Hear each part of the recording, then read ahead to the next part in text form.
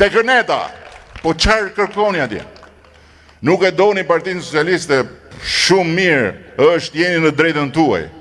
Po si mund të rini atje? A i kuptoni që duke ndënjur atje e para herë i ktheni kurrizin historisë që shkruhet në 11 maj. E dyta, nuk krijoni kushtet që ajo partia juaj të rilind, sepse e mbani ashtu kënet, duke i dhënë iluzionin se ekziston si alternativë, ndërkohë që ka shumë e shumë kohë që nuk është më alternativë shqiptarëve. Nuk është më.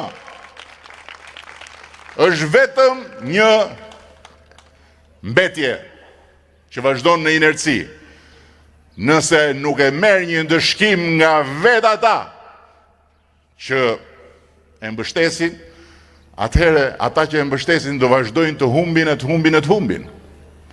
Shikoni çfarë ndodhi me primaret e famshme.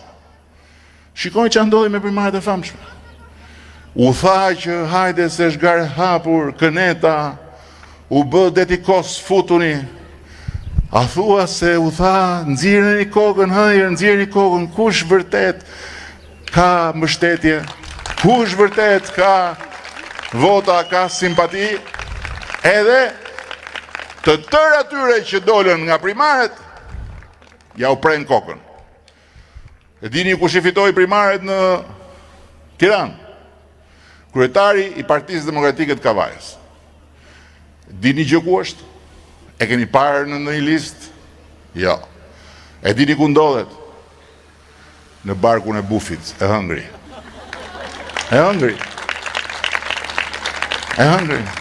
Po se mos vetëm atë.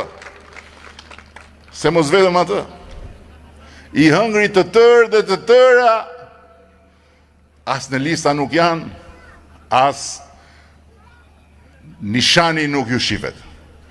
Tani, sigurisht që unë nuk jam i shqetësuar për të ardhmen e Partisë Demokratike, nuk më intereson fare. Sigurisht që unë nuk jam këtu për t'i treguar se si rregullohet ajo parti. Por, kjo është thjesht dhe vetëm e vërteta në këtë moment, dhe nëse demokratëve u kërkoi që të mbështesin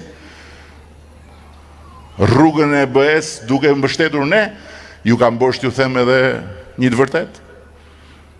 Vetëm duke mbështetur ne, mund të ndihmojnë ringritjen edhe të partisë tyre nesër pas nesër, kur t'jetë.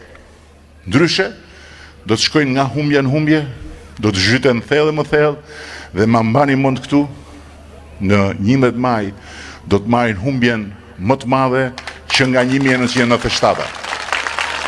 Më të madhe.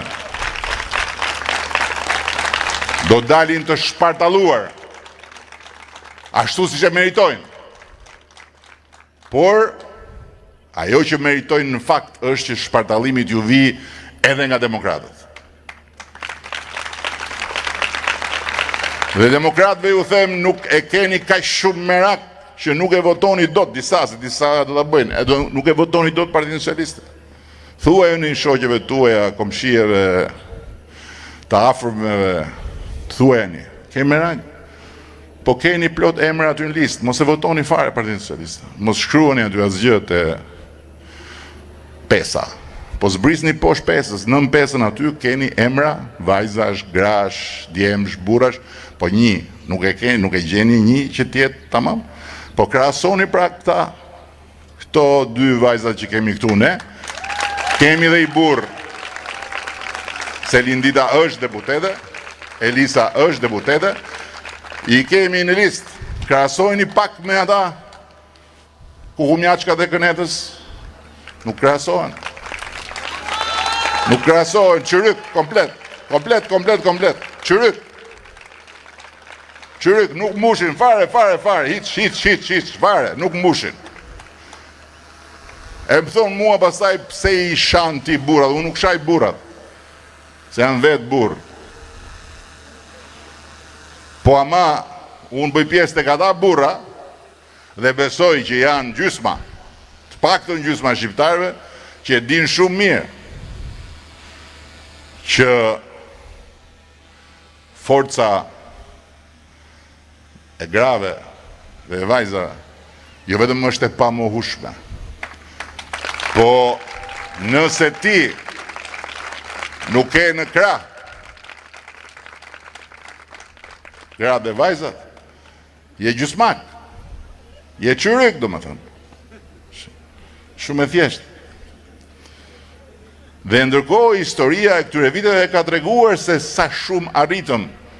Dhe unë jam i bindur që nëse nuk do këshim bërë dhe këtë revolucion gjinor brënda për brënda partisë dhe nuk do këshim imponuar edhe në këshillat bashkiak, edhe në listat e deputetëve dhe për tjerët, nuk do këshim bërë kaq shumë.